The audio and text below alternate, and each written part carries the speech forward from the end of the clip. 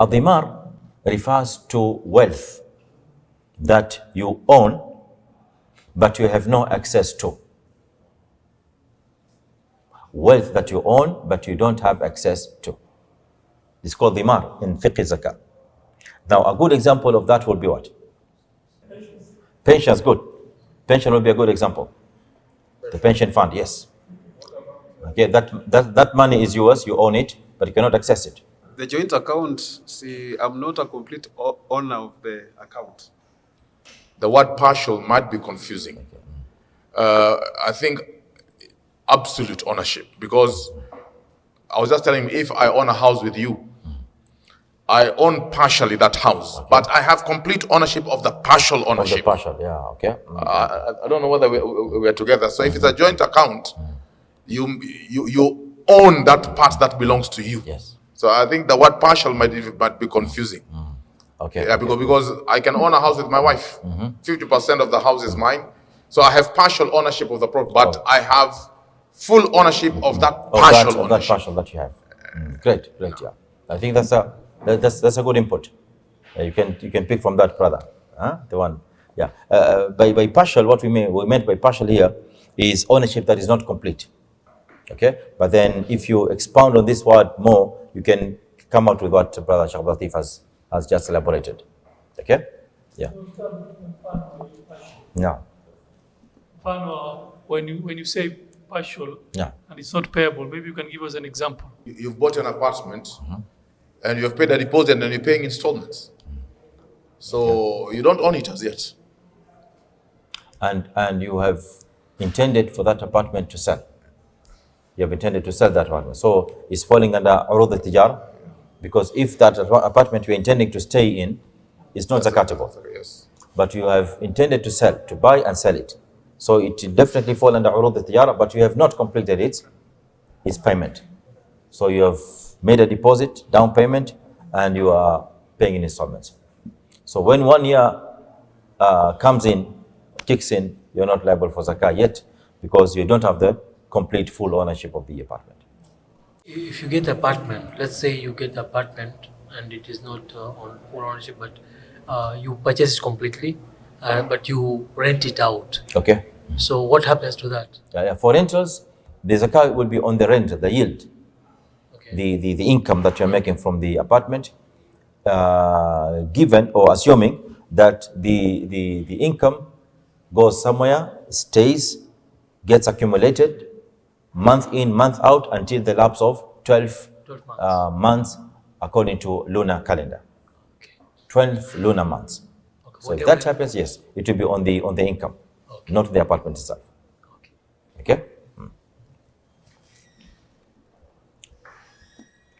Okay, number 2 is إذا عاد المال الضمار إلى صاحبه.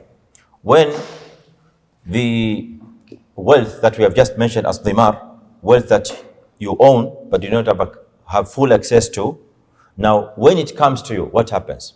A good example was mentioned by our brother here is pension fund.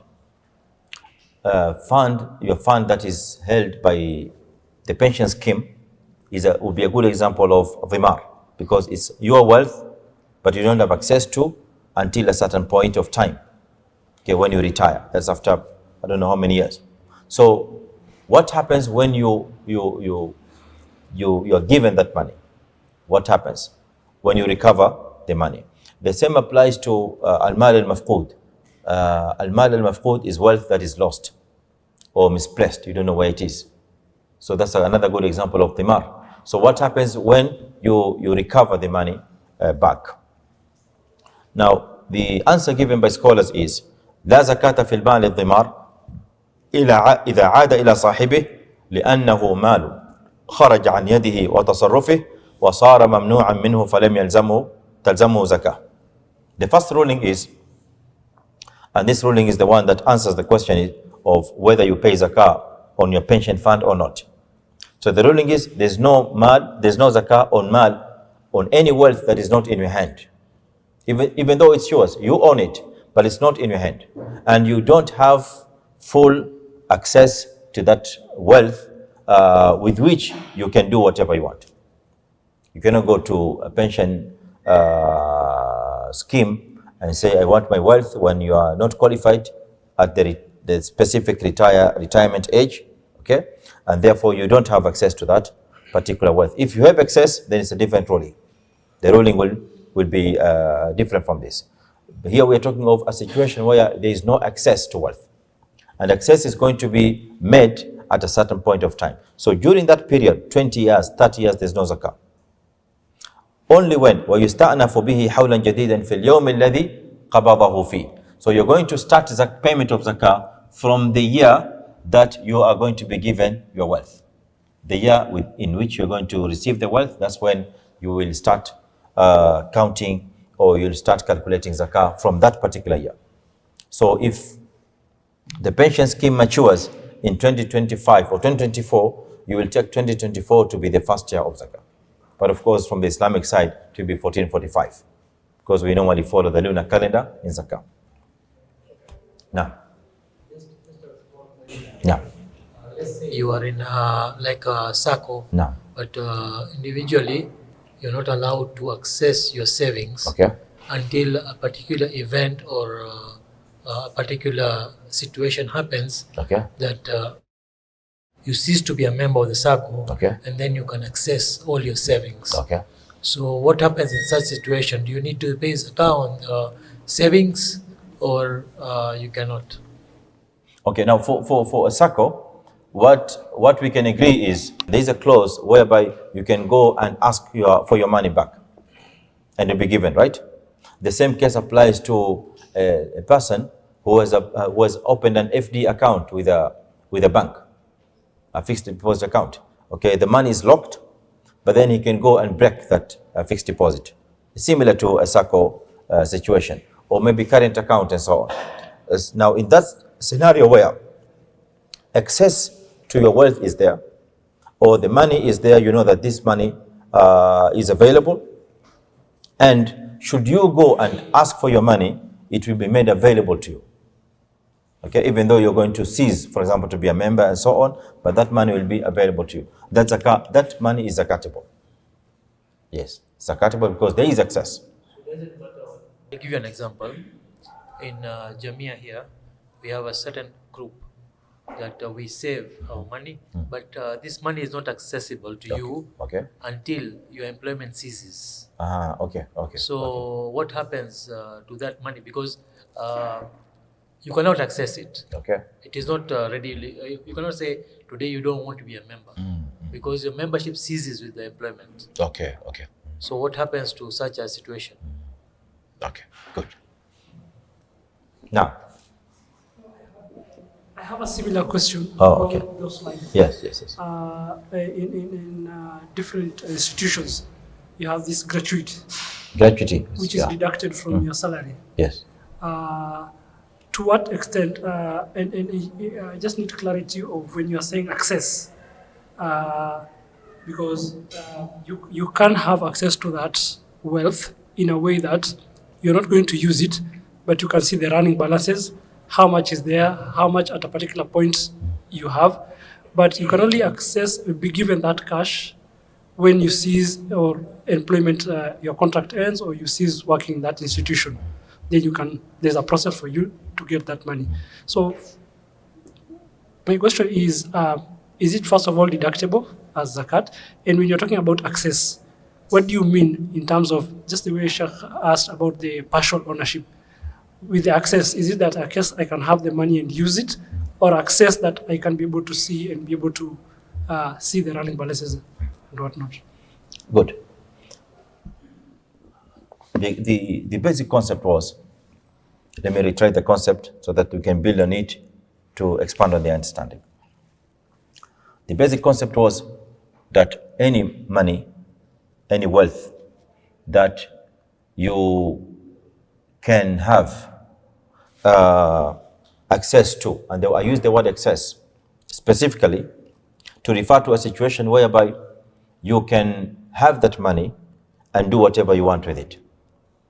Because normally in fiqh we have two scenarios. We have scenario whereby you have money that is locked somewhere. You know that this money is locked somewhere, but if you want it, you can get it. It's yours. Okay? You have situation number two where that money is yours, but there is no way you can reach it. You are locked out of it. Either by virtue of the fact that you don't know where it is, like al-mal al-mafqud, or there are certain regulations, certain authorities, for example, above you, that which dictate that you cannot access that money, meaning that you cannot be able to use the money that belongs to you. Okay? Now, in this situation whereby you have money which you have been blocked from using, that's what I meant by the word access. You have been blocked from using by certain laws. You are locked, but the money is yours. That is what falls under ad-dhimar.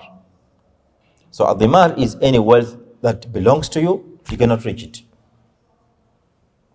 And that's where now the ruling applies, that there is no zakah payable throughout the period in which you are locked out of that money. All right? Now, on the other hand, money that you have access to, you have just decided not to hold it, not to touch it. I've given you a very good example of FD. FD account is a fixed deposit account. That is your money. You have kept with the bank, for example, to stay for, let's say, 6 months, 12 months to earn a certain return. Okay? You have access to that money. You have decided to leave it. But in case you walk into the bank and say, okay, now guys, I want my money, they'll give it to you. So what happens is that money that is kept with the bank, you have not been denied that money. You have just been told, if you break your FD, we'll give your money back with no return, for example, according to the agreement or the contract that you're going to have. Okay? So basically, brother, you have not been locked out of this money. You have not been denied this money. It's yours. So it's zakatable. You understand? Because you have power to reach that money, and there is no regulation that blocks you from touching that money or benefiting from it by any means. To my brother on the question of SACCO,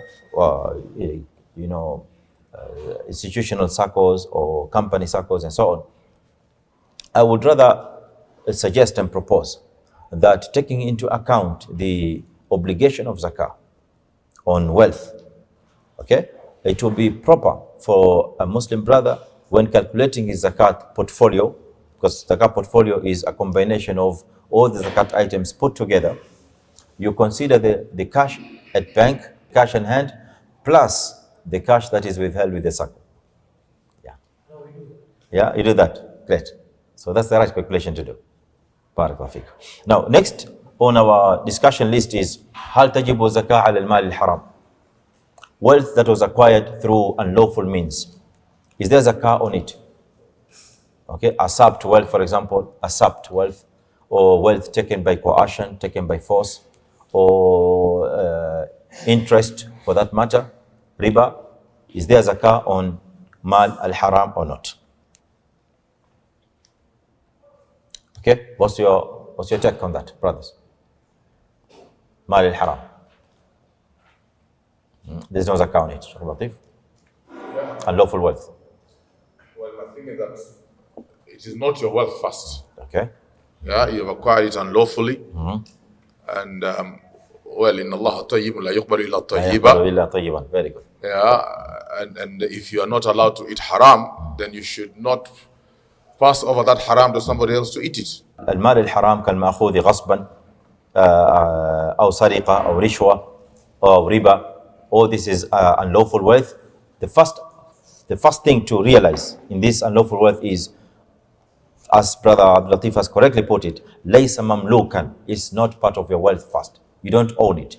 ليس مملوكا لمن هو بيده فلا تجب عليه زكاته لأن زكاة تمليك وغير المالك لا يكون منه تمليك. Number 2, ولأن زكاة تطهر المزكي. We have mentioned at the beginning of the discussion that zakah is meant for purification.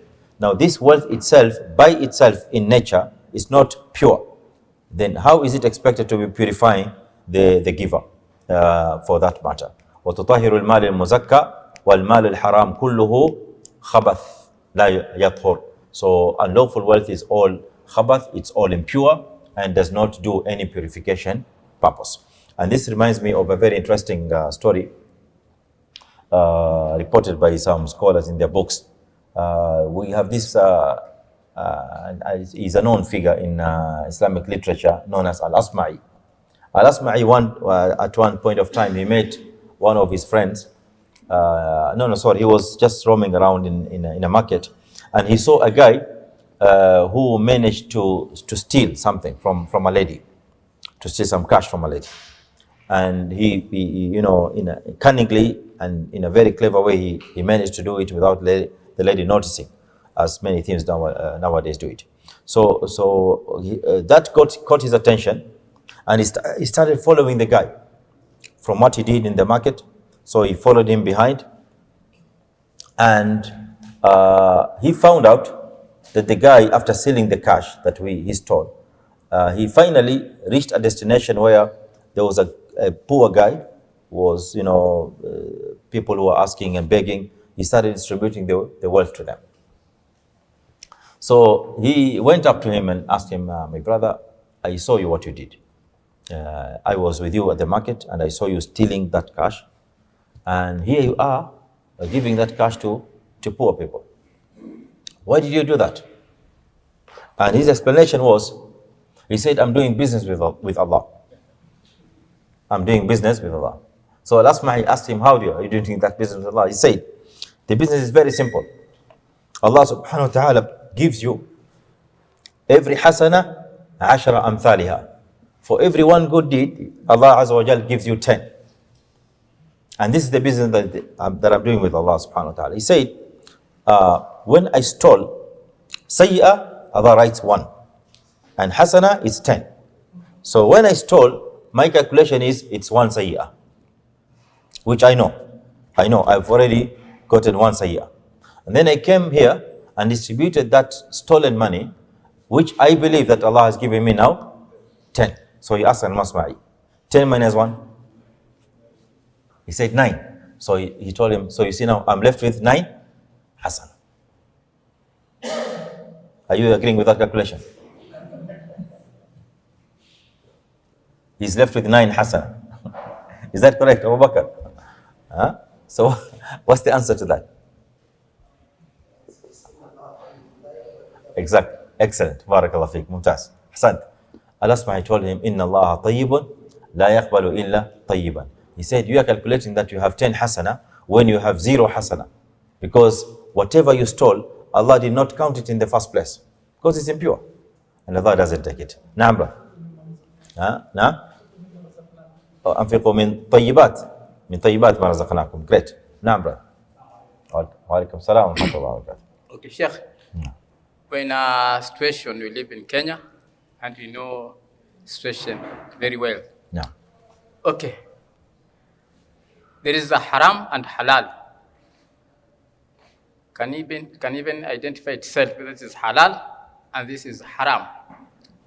But I don't know where I put in our foreign language, maybe you can understand it. Al-haram لا يحصر من الحلال والحلال لا يحصر من الحرام.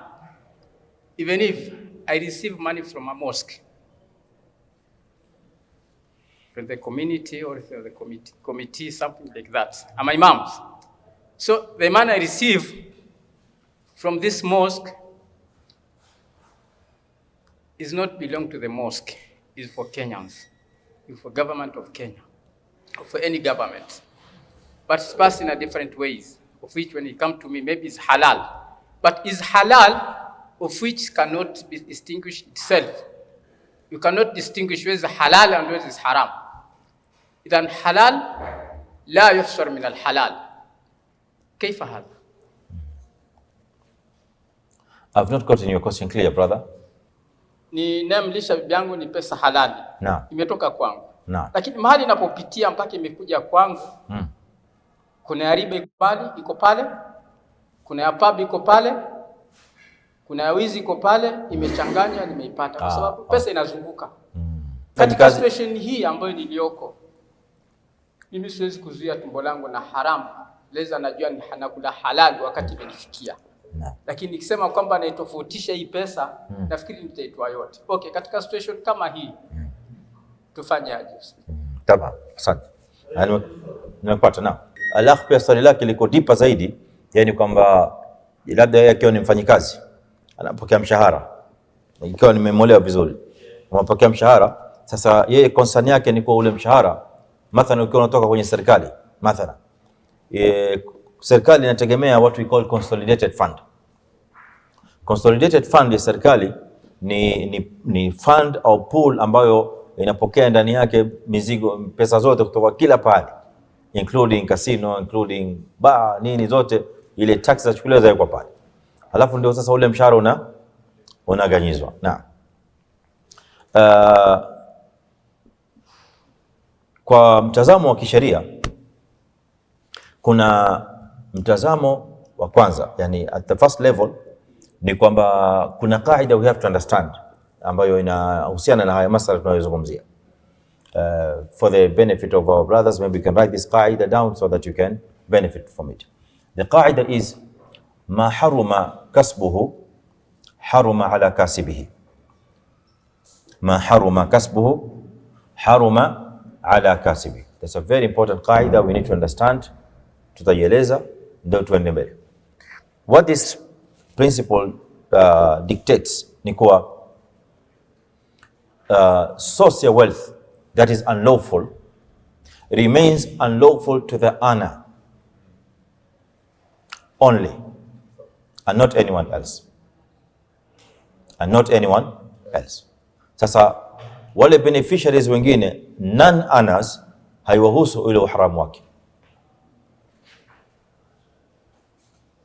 Tumefahamu ni kaida. Sasa ikiwa serikali ina mambo yake inafanya kule mathalan, au any entity, let's not just limit our discussion with the government or state, any entity that collects or earns from unlawful sources, mixed up or combined with unlawful sources, or unlawful sources purely. For example, mimi sasa as an individual Muslim, what is my role? My role is I'm working. Now, Sharia will be looking at what am I doing in my work. As long as my activity, my economic activity, my business, my dealing with that entity is halal, the source of that wealth from wherever it is taken or obtained does not concern me. The Sharia looks at my dealing with that entity. I'll give you an example, brother. If you own a shop, you have a grocery shop, okay? Alafu amekuja mtu asubuhi kwako kununua mkate na maziwa. Wewe ukijua kwamba huyu jamaa he is employed with Kenya Breweries. Kenya Breweries. Will you sell him bread and milk in the morning and take his money? Au utamwambia sikuuzii maziwa na mkate, wewe pesa yako ni haram? Or you'll start asking the customers who come, where have you obtained your money from? So that no nikuuzie maziwa na mkate or not. So the point here, brother, is Sharia looks at what are you doing? You as an individual, what are you doing? And your connection with the source of wealth is from what angle, from what perspective? That is what is judged. Sasa connection yako with the customer, yule ambaye amekuja, wewe umemuzia mali ya halali, umemuzia mkate na maziwa, that is halal. Okay? You are employed by a non-Muslim entity. A non-Muslim entity, but you are working with them as who? Is what matters. Is what matters.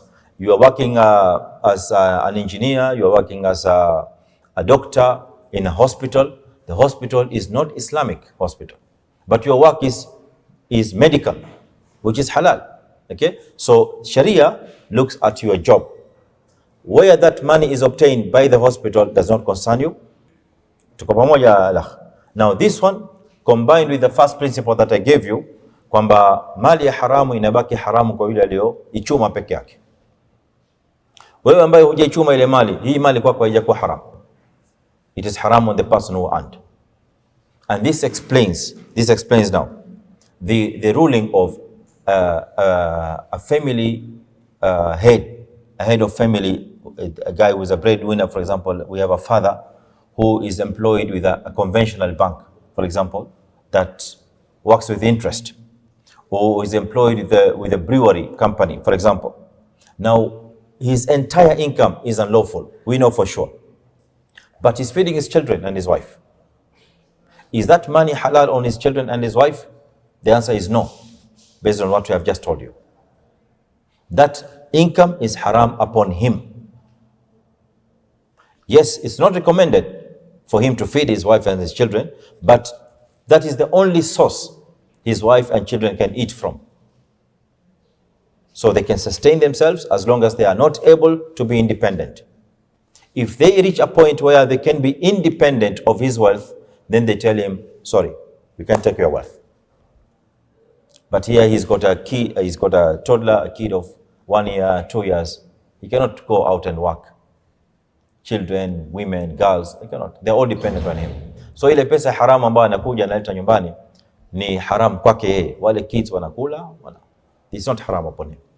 Tumeelewana? Sawa? So this issue of the source of wealth, where is it coming from? We as Muslims, we don't occupy ourselves with that notion. We don't occupy ourselves, because ukienda hivyo utajifungulia mlango unaitwa babul waswasa. Bab al-waswasa, mlango wa wasiwasi that has got no end, because the ending result is pesa yote duniani iko hivyo. So how will you live? Okay? Even you said utasema basi mimi sishiki pesa, nitaenda shambani nivune mimea nile. Where are you going to get the seeds from? Where are you going to get the fertilizer from? Sini kwa ile pesa ambayo imezunguka. So at the end of the day you will say, maybe I'll go to qabr and die. Okay? So we don't occupy ourselves with that. Allah subhanahu wa ta'ala says in the Holy Quran, fattaqullaha mastata'tum. Fear Allah as much as you can. Whatever is within your means you can avoid, you must avoid. What is beyond you is beyond your control. That one you cannot do anything about.